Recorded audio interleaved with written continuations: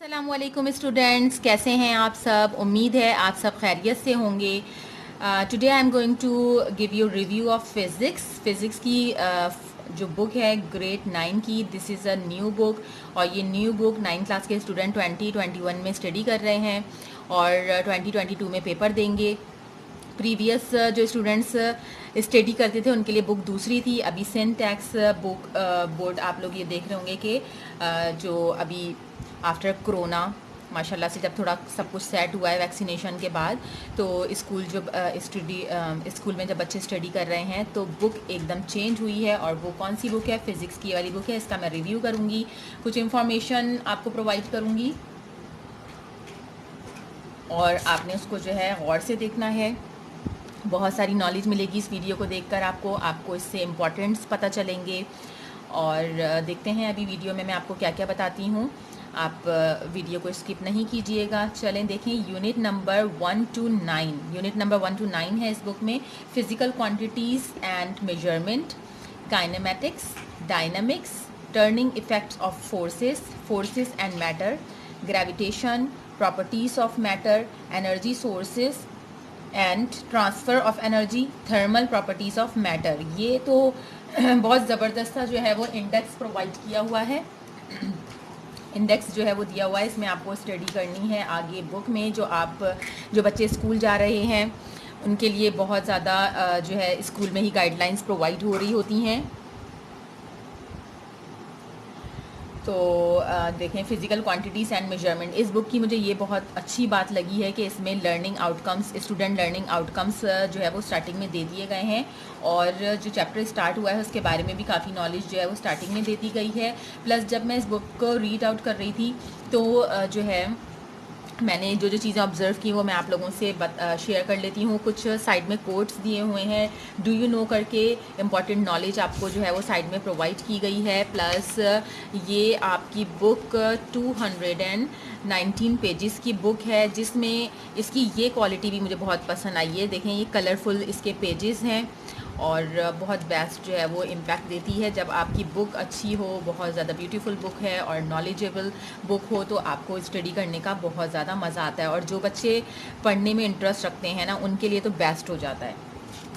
अच्छा देखें, यहाँ पे जो है शॉर्ट ब्रीफिंग इस चीज़ की करूँगी कि आपको फ़िज़िक्स के बारे में, उसकी जो है ब्रांचेस के बारे में बता रहे हैं। Important of physics, science, technology, society के हिसाब से मेजरमेंट, मेजरिंग इंस्ट्रूमेंट्स जो है वो डिफरेंट दिए हुए हैं। ऐसे ही vernier calliper, it's the most important topic. इस टॉपिक को ज़रूर आप अपने माइंड में सेव कीजिएगा, बहुत इंपॉर्टेंट टॉपिक है। उसके अलावा डिफरेंट टॉपिक्स जो है वो फिज़िकल बैलेंस हो गई, the electronic balance, the standard of time, stop watch, ये सारी नॉलेज जो है वो डिजिटल और ह्यूमन रिएक्शन, ये सब चीज़ें इसमें ज़बरदस्त तरीके से जो है वो एक्सप्लेनेशन दिया हुआ है।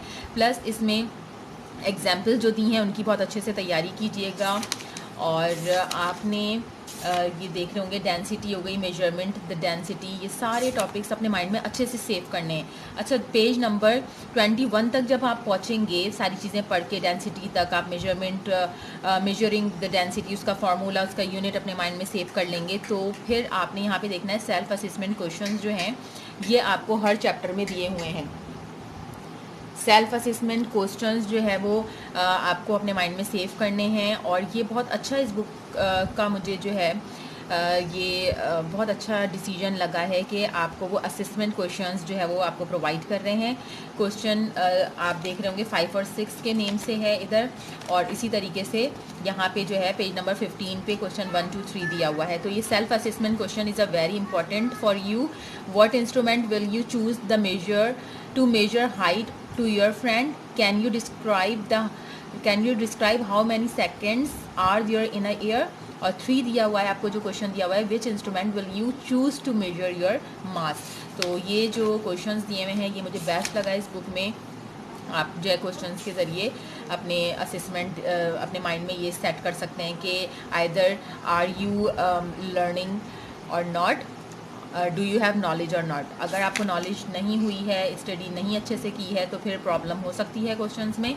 Again I am telling you कि लास्ट मेरी जो प्रीवियस वीडियो थी वो मैंने केमिस्ट्री की बुक पर बनाई थी, जिसमें मैंने ये बात बार बार अपने स्टूडेंट्स को बताई थी कि समरी का जो मटेरियल होता है ना, दैट इज़ वेरी इंपॉर्टेंट। यहाँ पे भी इस बुक में डेफिनेटली सिंटैक्स ने जो है वो वर्क करके ये पब्लिश करवाई है, तो डेफिनेटली यहाँ पे इन्होंने ये बहुत अच्छा काम किया है कि समरी दी हुई है। अब आप समरी को अगर आप स्टडी करेंगे, you will come to know physics is the branch of science which deals with study of matter, its composition, properties and interactions with energy.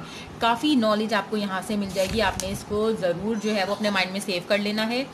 और एक और बात इस बुक की, पेज नंबर 25 पर, पेज नंबर 25 जो मैं आपको दिखा रही हूँ, ये मुझे बहुत ज़्यादा जो है इम्प्रेसिव और बहुत इम्प्रेस किया इस सिचुएशन, जो इन्होंने कॉन्सेप्ट्स मैप बनाए हैं ना, that is very very very important. I like this concepts very much, कि यहाँ पे आपको एक ही पेज पे, पेज नंबर 25 पे कॉन्सेप्ट दे दिए, फिज़िक्स क्वांटिटीज़ हो गई, उसको एरो के ज़रिए पूरा एक चार्ट टाइप बना दिया है, और ये आप इसको स्टडी करेंगे, अमेजिंग अमेजिंग अमेजिंग। ये मैं बेस्ट, मुझे ये वाला जो पेज लग रहा है, आपको मैं चैप्टर वाइज दिखाती जाऊंगी, that is very very informative.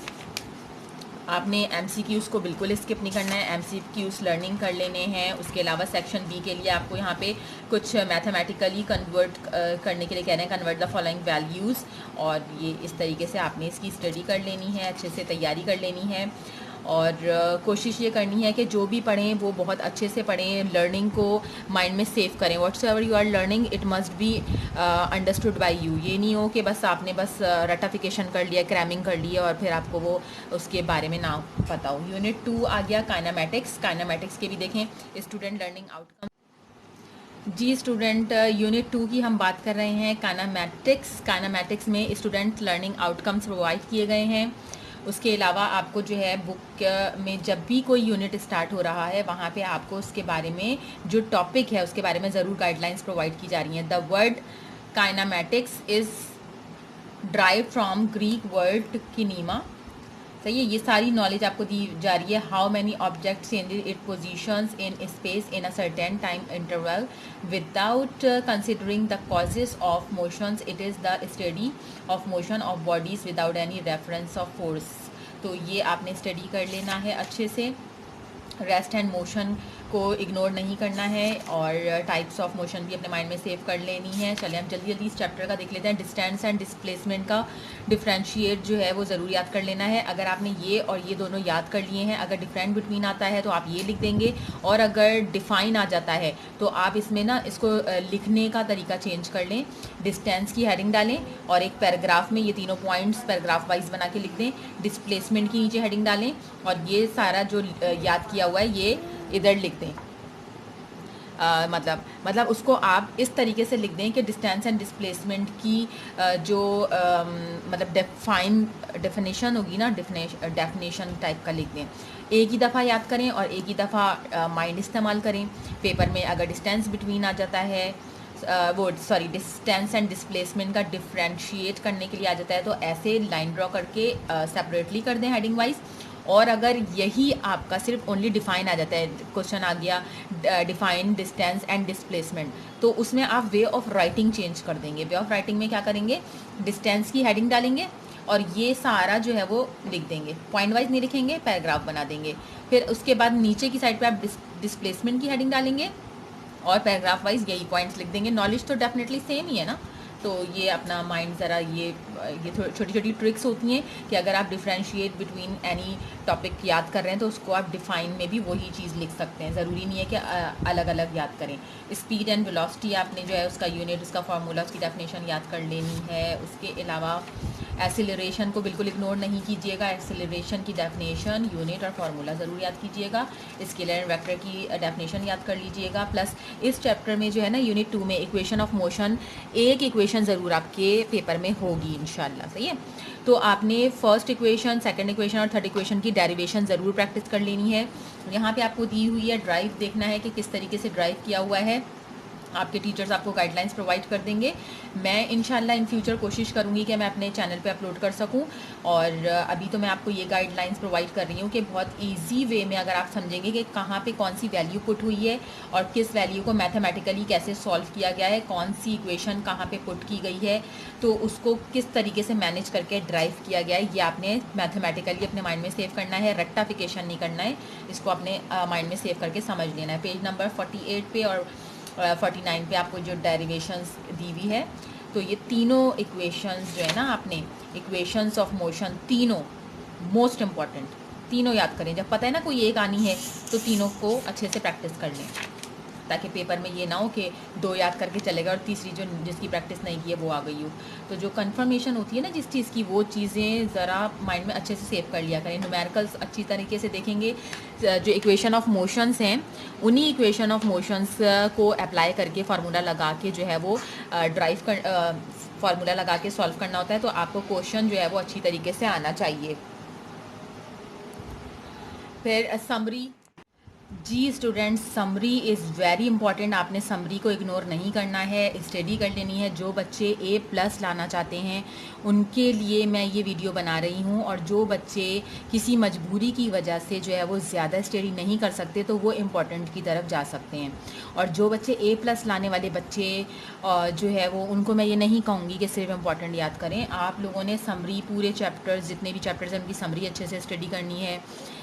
तमाम जो है वो डेरिवेशंस लर्निंग करनी है। उसके अलावा आपने न्यूमेरिकल्स लर्निंग करने हैं। सही, तो ये बातें हो गई। आपको कॉन्सेप्ट मैप देखें, मैं अभी आपको प्रीवियस चैप्टर का बता रही थी, अब यहाँ पे पेज नंबर 55 पे आ गया है कॉन्सेप्ट मैप। काइनेमैटिक्स के बारे में पूरा मैप प्रोवाइड किया गया है। बेस्ट आपकी बुक में ये चीज़ दी गई है, तो इसको अच्छे से स्टडी कर लेना है। MCQs जो है उस वक्त आप इजीली कर पाएंगे जब आपको नॉलेज होगी। इफ़ यू हैव नॉलेज तो you will be able to handle your MCQs easily. अब यहाँ पे देख लीजिए पेज नंबर 56 पे इन्होंने ये चीज़ इस बुक की बहुत बेस्ट लगी मुझे कि रेस्ट एंड मोशन के 2 क्वेश्चंस दिए मैं। फिर उसके बाद type of motions, scalar and vectors के क्वेश्चंस अलग दिए हुए हैं, इक्वेशन ऑफ मोशंस के जो है वो अलग क्वेश्चंस दिए हुए हैं, मोशन ड्यू टू ग्रेविटी के क्वेश्चंस अलग दिए हुए हैं, जिसमें कुछ मैथमेटिकली क्वेश्चंस हैं और जो है कुछ लर्निंग वाले क्वेश्चंस भी हैं। Define scalar and vector quantities, तो डिफाइन करना है आपने, उसकी डेफिनेशन जो है वो करनी है। यूनिट 3 डायनामिक्स, डायनामिक्स में आप देख लें यहाँ पे डायनामिक्स के बारे में इन्होंने गाइडलाइंस प्रोवाइड कर दी। स्टूडेंट्स लर्निंग आउटकम्स आपको बता दिया है। फिर उसके बाद जो है पेज नंबर 59 पर अब ये हमें फोर्स की जो इन्होंने जो हाइलाइट्स करनी है ना चीज़ें, जैसे जो डेफिनेशंस हैं वो आपको इतना सर्चिंग नहीं करनी पड़ेगी। ये कलर जो आपको प्रोवाइड कर दिया गया है उससे हाइलाइटर टाइप जो है हाईलाइट कर दिया है ब्लू, लाइट ब्लू कलर से। तो this is the definition of force. Force is the agent that changes the state of rest और uniform motions of a body. ये आपने बहुत अच्छे से इसको माइंड में सेव कर लेना है। मोमेंटम को पढ़ना है। मोमेंटम की डेफिनेशन देखिए कितनी छोटी सी डेफिनेशन है, डेफिनेशन उसका जो है वो फार्मूला और यूनिट पता होना चाहिए। ये चीज़ आपने माइंड में रखिएगा। जो भी स्टूडेंट्स जो है वो लर्निंग कर रहे हैं, स्टडी कर रहे हैं, वो ये माइंड में रखें कि सेल्फ असेसमेंट क्वेश्चन से भी आपको बहुत नॉलेज होने वाली है। आपको पता चलेगा कि मैंने आइदर जो है वो जो लर्निंग की है वो मेरे माइंड में सेव है या नहीं है। न्यूटन्स लॉ ऑफ मोशन दिए हुए हैं, फर्स्ट लॉ दिया हुआ है, इनर्शिया देखें हाईलाइट्स हुआ हुआ है। आपने बस इतनी ही डेफिनेशन याद करनी है और अपने माइंड में ऐसे सेव कर लें कि जैसे जब आप पेपर कर रहे हो तो फिर आपका हाथ जो है वो क्विकली जो है वो चल रहा हो। रिटन वर्क आप अच्छा कर रहे हो, राइटिंग पे फोकस करें, राइटिंग बेस्ट होनी चाहिए। 9 एंड मैट्रिक क्लास के स्टूडेंट्स की जो कॉपीज़ होती हैं ना, जो आप लोग को बोर्ड में आप जो कर रहे होते हैं उसमें राइटिंग का भी बहुत ज़्यादा अच्छा जो है इम्पैक्ट पड़ता है। आपकी राइटिंग अच्छी होगी तो डेफिनेटली जो लिखा हुआ है वो भी अच्छा लगेगा। राइटिंग पे बहुत ज़्यादा फोकस कीजिएगा। मास एंड वेट की डेफिनेशन याद कर लीजिए। उसके अलावा सेंट्रीपिटल फोर्स आपने देखना है और सेंट्रीफ्यूगल फोर्स ये देखें, ये जो ब्लू से है ना ये आप लर्निंग कर लीजिए। और असेसमेंट क्वेश्चंस जो दिए हैं सेल्फ असेसमेंट क्वेश्चंस, उनसे अपना जज कीजिए कि either are you able to handle your questions और नॉट, यानी कि आपने कितनी स्टडी कर ली है, कितना आपको आता है, वो आपको ज़रूर देखना है। मोस्ट इंपॉर्टेंट टॉपिक्स मैं डिस्कस कर रही हूँ। फ्रिक्शन को बिल्कुल इग्नोर नहीं कीजिएगा। फ्रिक्शन की डेफिनेशन, उसके जो है ना एडवांटेजेस एंड डिसएडवांटेजेस अपने माइंड में सेव कर लीजिए। समरी को रीड ज़रूर कीजिए, समरी से काफ़ी नॉलेज हो जाएगी। कॉन्सेप्ट मैप इस बुक की बेस्ट जो मुझे चीज़ लगी है ना, वो कॉन्सेप्ट मैप्स लगे हैं। उससे आपको बहुत ज़्यादा मतलब ग्रिप हासिल होगी आपको फ़िज़िक्स के डिफरेंट टॉपिक्स की, ये बेस्ट है। MCQs जो है वो आपने स्टडी कर लेने हैं। और ये देख रहे हैं आप, ये इस बुक की जो खासियत है ना, वो एक तो समरी सही है, समरी के साथ साथ आपको जो है वो जो क्वेश्चंस दिए हुए हैं ना, वो सेपरेटली दिए हुए हैं। मतलब मोमेंटम के अलग से प्रोवाइड कर दिए गए हैं, लॉ ऑफ मोशंस के अलग दिए हैं, सर्कुलर मोशन के अलग, फ्रिक्शन के अलग, जिसमें लर्निंग भी है और MCQs भी हैं। तो उससे मतलब रिलेटेड आप टॉपिक्स देख रहे हैं। यूनिट नंबर 4 पे आ जाते हैं, जल्दी करते हैं वरना फिर ये वीडियो बहुत लॉन्ग हो जाएगी। टर्निंग इफ़ेक्ट्स ऑफ फोर्सेस, और अगेन वेरी बेस्ट, यानी कि SLOs दिए हुए हैं, स्टूडेंट गाइड्स प्रोवाइड की हुई है। Force and on bodies, do you know को रीड करना है। सेल्फ असेसमेंट क्वेश्चंस जो अपने माइंड में सेव करने हैं। उसके अलावा यहाँ आ जाते हैं हम ज़रा, ट्रिग्नोमेट्री दिया हुआ है, रेजोल्यूशन ऑफ फोर्सेस प्रोवाइड किया गया है। स्टडी सब करें, लेकिन इम्पॉर्टेंट जो है वो टॉर्क को आप नहीं इग्नोर कीजिएगा। टॉर्क आपको उसकी डेफिनेशन पता होनी चाहिए, उसका जो है फार्मूला और उसका यूनिट आपको ज़रूर पता होना चाहिए। और इसके न्यूमेरिकल्स की मस्ट प्रैक्टिस कीजिएगा, सही है। और आ जाते हैं आगे, centre of mass on centre of gravity. आगे चलते हैं थोड़ा। इक्विलिब्रियम इग्नोर नहीं कीजिएगा। इक्विलिब्रियम की जो है ना, ये डेफिनेशंस याद कर लें, यानी कि इक्विलिब्रियम और टाइप्स ऑफ इक्विलिब्रियम, ये इतनी छोटी छोटी सी जो आप देख रहे हैं ना डेफिनेशंस हैं, इनको अपने माइंड में सेव कर लीजिएगा। जो चीज़ मैं कह रही हूँ माइंड में सेव कर लें, इट मीन्स वो आपको लर्निंग करनी है। और जो मैं इग्नोर कर रही हूँ वो A+ वाले बच्चे कर लें। और जो बच्चे जो है ना बहुत कंफ्यूज हैं कि अभी ज़्यादा तैयारी नहीं कर सकते हैं, पेपर क्लियर भी करना है और अच्छे नंबर भी लाने हैं, तो वो जो है ना मैं उन लोगों के लिए भी ये थोड़ा सा कोशिश कर रही हूँ इस वीडियो में, कुछ टॉपिक्स मैं नहीं बोल रही हूँ, वो इग्नोर भी कर सकते हैं। कॉन्सेप्ट मैप अपने माइंड में सेव कर लीजिए। A+ वाले स्टूडेंट्स जब इसको रीड करेंगे तो उनके माइंड में बहुत अच्छे से सेव होगा। जो बच्चे किसी मजबूरी की वजह से, I am a teacher of everyone, मैं A+ वालों की भी टीचर हूँ और मैं मीडियम स्टूडेंट की भी टीचर हूँ। और मैं बिल्कुल जो किसी मजबूरी, किसी फाइनेंशियली प्रॉब्लम या किसी जॉब की वजह से, अपनी छोटी एज की जॉब की वजह से अगर वो परेशान है कि हमें स्टडी करना है, स्टॉप नहीं करनी स्टडी, लेकिन हमें जो है पेपर क्लियर भी करने हैं, उनकी भी टीचर हूँ डेफिनेटली। तो उनके लिए अलग गाइडलाइंस होती हैं। आप इतना तो कम से कम याद करें कि आपका पेपर क्लियर होकर थोड़े अच्छे मार्क्स जो है वो आप ला सकें। उसकी गाइडलाइंस आपको अपना दिमाग चलाना होगा कि मिस आना क्या बता रही हैं। MCQs जो है वो इग्नोर नहीं करने हैं। मोस्ट इंपॉर्टेंट टॉपिक्स मैं पीछे प्रीवियस में बताती चली जा रही हूँ, उनको अपने माइंड में सेव करना है। अब यहाँ पे अगर आ जाएँ पेज नंबर 112 एंड 113, तो इम्पॉर्टेंट टॉपिक्स जो है हेड टू टेल रूल जो है वो देख लीजिएगा, सही है। और मैंने आपको अभी प्रीवियस बता दिया है, मोमेंटम नहीं छोड़ना है। और सही थोड़े से जो है ना, इन दोनों में से मोस्ट इम्पॉर्टेंट ये होगा कि आप न्यूमेरिकल्स ना छोड़ें, न्यूमेरिकल्स की प्रैक्टिस अच्छे से कर लें। छोटी छोटी डेफिनेशंस तो मैंने आपको वैसे ही बोला याद करने के लिए। यूनिट 5 हो गया forces and matter. Forces and matter का स्टार्ट करा है इन्होंने, बहुत अच्छी सी पिक दी हुई है और बता दिया, यहीं पर आपको गाइडलाइंस प्रोवाइड कर दी हैं, स्टूडेंट लर्निंग आउटकम्स बता दिए हैं। अब आपने क्या करना है, अच्छे से रीडिंग करनी है, फोर्स की डेफिनेशन याद करनी है। और उसके अलावा आपने हुक्स लॉ, अब देखें लॉज आ गए ना, तो आपने प्रेशर जो है इसकी ये छोटी सी डेफिनेशन, इसका फार्मूला और इसका ये जो है ना मैथमेटिकली फार्मूला याद करना है और इसका यूनिट देख लेना है।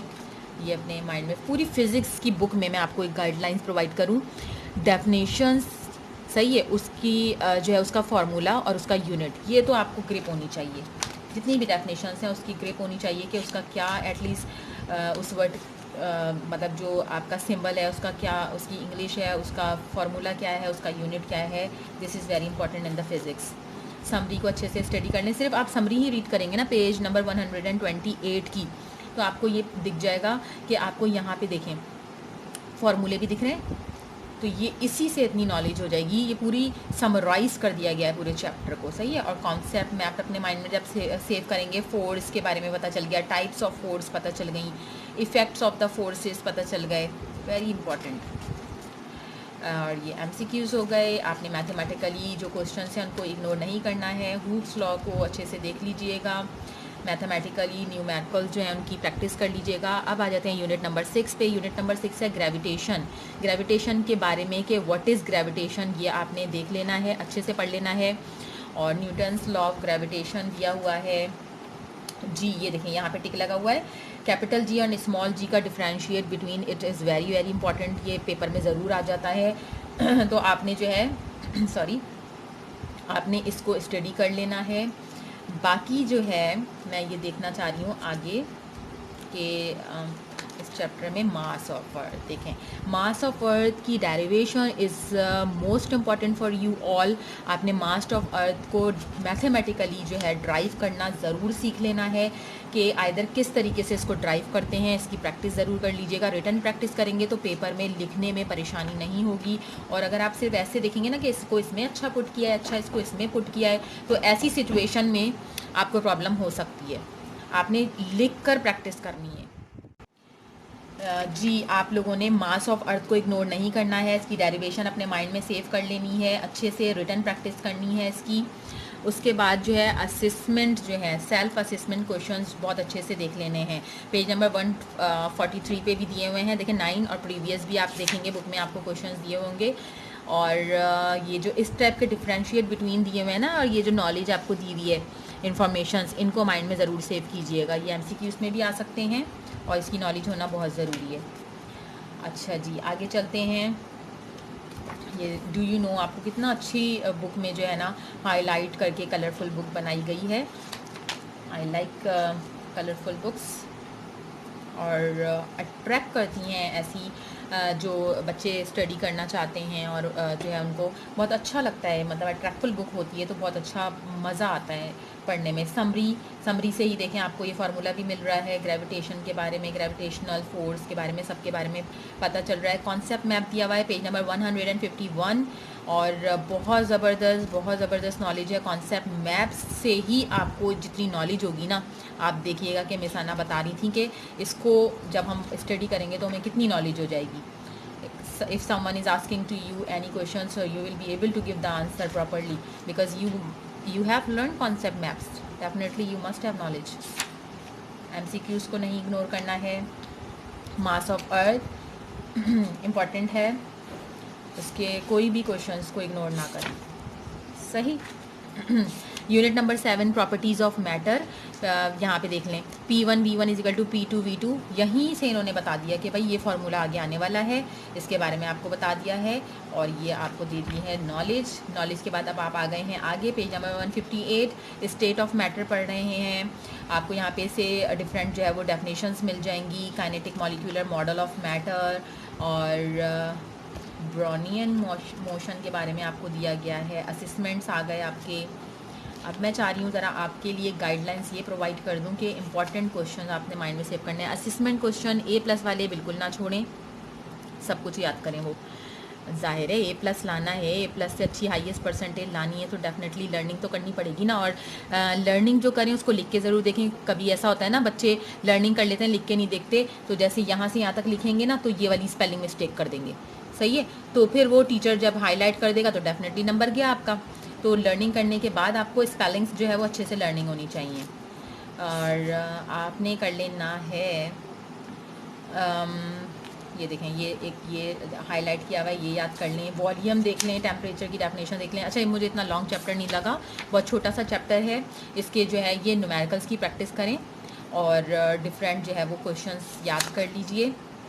समरी को इग्नोर नहीं करें। अगर जो बच्चे जो है ना परेशानी की वजह से नहीं याद कर सकते हैं, उनके माइंड में अगर समरी होगी ना तो बिलीव मी कि वो पेपर में काफ़ी चीज़ें लिख कर आ जाएंगे। ऐसा नहीं होगा कि वो पेपर को इग्नोर करें या ब्लैंक छोड़ कर आएँ। कॉन्सेप्ट मैप की तैयारी करनी है, पेज नंबर 171। A+ वाले बच्चे बुक को देख रहे होंगे कि मैं कैसे गाइडलाइंस प्रोवाइड कर रही हूँ। आपने समरी को इग्नोर नहीं करना है, आपने कॉन्सेप्ट मैप्स जो है वो अपने माइंड में सेव करने हैं। MCQs खुद आ जाएंगे जब इतनी नॉलेज जो है वो आ जाएगी तो। Kinetic molecular model of matter के बारे में दिए हुए questions, forces and kinetic theory, gases and kinetic theory. इसमें से भी आप जो है मोस्ट इंपॉर्टेंट ये है कि मैथमेटिकली क्वेश्चन ज़रूर देख लीजिएगा। बाकी ये फोर्स एंड काइनेटिक थ्योरी को इग्नोर मत कीजिए, छोटी छोटी डेफिनेशंस होती हैं वो याद कर लें। Unit number 8 energy sources and transfer of energy. Student learning कम से एक बार स्टडी ज़रूर किया करें, लर्निंग कर लिया करें। एनर्जी के बारे में यहाँ छोटा सा पैराग्राफ दिया भाई, ये याद कर लें। वर्क की डेफिनेशन, उसका यूनिट और उसका फार्मूला इग्नोर नहीं करना है। आगे चलते हैं। काइनेटिक एनर्जी, सही, ये जो देख रहे हैं ना फार्मूला मैथमेटिकली, इसकी डेरिवेशन ये ज़रूर प्रैक्टिस कर लीजिएगा। अभी मैंने आगे देखी नहीं है लेकिन मैं आपको बताती जा रही हूँ कि आपने ये वाली डेरिवेशन, सही है, पी पोटेंशियल एनर्जी की और काइनेटिक एनर्जी की ना इग्नोर नहीं करनी है, डेरिवेशंस को ज़रूर जो है अपने माइंड में सेव करना है। बाकी ये वाले जो क्वेश्चंस हैं इनको अपने माइंड में सेव कर लीजिएगा। डिफरेंट टॉपिक्स दिए हुए हैं, उनको स्टडी कर लें। पावर की डेफिनेशन इग्नोर नहीं कीजिएगा। एफिशिएंसी और पावर की डेफिनेशन छोटी छोटी डेफिनेशन हैं, याद कर लीजिएगा। देखें, जैसे अगर एफिशिएंसी की डेफिनेशन हो गई, उसका जो है वो फार्मूला और यूनिट वगैरह ये सब। पावर की डेफिनेशन, यूनिट, फार्मूला याद कर लेना है। समरी स्टडी कर लेनी है। और कॉन्सेप्ट एनर्जी, देखिए कॉन्सेप्ट मैप में एनर्जी का पूरा कॉन्सेप्ट दिया हुआ है। A+ वाले बच्चे इसको बहुत अच्छे से स्टडी करें। और जो बच्चे परेशान हो जाते हैं, किसी प्रॉब्लम में हैं, वो इतनी एटलीस्ट ज़रूर तैयारी करके जाएं कि पेपर में इधर उधर देखना ना पड़े, किसी से मदद नहीं मांगनी पड़े। अपनी मदद आप जो है वो पेपर इतना हैंडल करके आएँ कि पेपर रुके नहीं, पेपर में आप क्लियर कर जाएँ। और इंशाल्लाह इट इज़ वेरी इजी। मैं बिलीव मी, अगर कोई बच्चा मेहनत करता है तो उसकी वो मेहनत रायगा नहीं जाती। जो A+ वाली मेहनत करता है उसको A+ ही मिलता है, और जो है ना A वाली मेहनत करता है उसको ऐसे ही होता है कि ज़रूर मेहनत का कभी ऐसा नहीं होता। ये अफवाहें उड़ती हैं कि मतलब नंबर फजूल में काट लेते हैं, या मतलब डेफिनेटली जो टीचर बैठा हुआ है बहुत ज़्यादा माशाल्लाह से एक्सपीरियंस टीचर, वो क्यों किसी के नंबर काटेगा। तो देखें, वर्क के बारे में एनर्जी फॉर्म्स हो गई, कन्वर्जन ऑफ एनर्जी हो गई, ये सारी चीज़ें दी हुई हैं। लेकिन इसमें से इंपॉर्टेंट ये है कि मैंने आपको बताया प्रीवियस कि आपने डेरिवेशंस की तैयारी करनी है, न्यूमेरिकल्स, और मोस्ट इंपॉर्टेंट जो है वो छोटी छोटी सी डेफिनेशंस हैं, उनको, उनके यूनिट को और उनके फार्मूले को अपने माइंड में सेव कर लीजिए। यूनिट नंबर 9 में आ जाते हैं thermal properties of matter.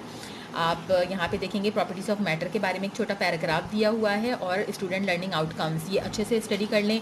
Normally ये होता है ना कि मतलब एक्स्ट्रा इतना टाइम होता है, इतना टाइम आप अगर जो स्टूडेंट पढ़ना चाहते हैं ना, और जो किसी वजह से बिज़ी भी हैं, वो भी जो है कभी रेस्ट के टाइम पे भी रीडिंग कर सकते हैं। मतलब इससे आपकी क्या होगी, रीडिंग आपकी इम्प्रूव होगी। रीडिंग के साथ साथ आपको डेफिनेटली नो हाउ हो जाएगी, नॉलेज हो जाएगी। हीट एंड टेम्परेचर की डेफिनेशन याद कर लीजिए। अच्छा, यहाँ पे देखें हीट और टेम्परेचर, अगर आप ये इतना सा याद कर लेते हैं ना, तो अगर डिफरेंशिएट बिटवीन आए तो ऐसे लिख दें, और अगर डिफाइन आए तो अलग अलग करके लिख दें। Very easy. उसके बाद आपने जो है डेरिवेशन, स्पेसिफिक हीट कैपेसिटी की डेरिवेशन देख लीजिएगा, माइंड में सेव कर लीजिएगा। और आ जाते हैं आगे, एवापोरेशन और बॉइलिंग, जो है बॉइलिंग, इसकी डिफरेंशिएट बिटवीन याद कर लीजिएगा। कुछ इंपॉर्टेंट चीज़ें होती हैं वो याद कर लें, वो कभी MCQs में आ जाती हैं।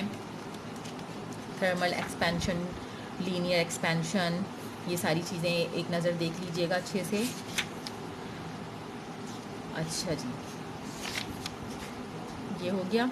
समरी को स्टडी करेंगे। न्यूमेरिकल्स देख लीजिए। न्यूमेरिकल्स में फार्मूला ही पुटिंग करना होता है। मैथमेटिक्स में आप लोग पुटिंग करते हैं वैल्यूज़ और फिर मल्टीप्लाई और सॉल्व करके करते हैं, तो फिज़िक्स में इजी होता है। आपको सिर्फ क्वेश्चंस को अच्छी तरह रीड करना है, उसका डेटा बनाना है, डेटा बना के फार्मूला सेलेक्ट करना है, अपने माइंड में सेव करना है कि डेटा की वजह से हमें कौन सा फार्मूला लगाना है।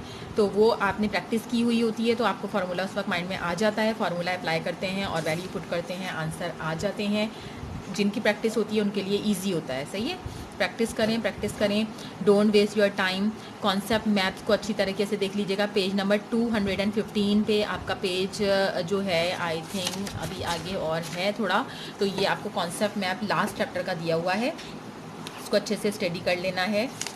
और MCQ से स्टडी कर लेना है। आप देखें इतनी नॉर्मल 219 पेजेस की बुक जो है वो हो गई है। मैंने अभी आपको पूरी बुक के लिए यही बात बताई है कि डिफ़ाइन यानी कि डेफिनेशन याद करें, उसका यूनिट, उसका SI यूनिट और उसका फार्मूला आपके माइंड में होना चाहिए। यहाँ पे से इंपॉर्टेंट चीज़ें देख लीजिएगा, आप लोग तैयारी कर लीजिएगा। जैसे सपोज़ आप हीट को देख लें, मैथमेटिकली फार्मूला देख लें, और जो है एवापोरेशन जो मैंने आपको पीछे बताया है कि अगर आप उनको डिफ्रेंशिएट बिटवीन भी याद कर लेते हैं ना, तो उसको आप डिफ़ाइन कर सकते हैं। वही चीज़ आप लिख दें, इसमें कुछ गलत नहीं है। यानी कि अगर आपने एवापोरेशन याद किया है, बॉइलिंग पॉइंट ये याद किया है ना, तो आपने इस तरीके से पॉइंट वाइज याद कर लिया 6 पॉइंट्स। लेकिन अचानक से आपको सिर्फ ये याद है और आ गया है कि डिफ़ाइन एवापोरेशन, या आ गया डिफ़ाइन बॉइलिंग, तो आपने क्या करना है, एवापोरेशन की हेडिंग डालनी है, ये सारे पॉइंट्स पैराग्राफ वाइज बना के लिख देना है। बॉइलिंग की हेडिंग डालनी है, एवापोरेशन पैराग्राफ, बॉइलिंग पैराग्राफ, लिखना यही मैटर है।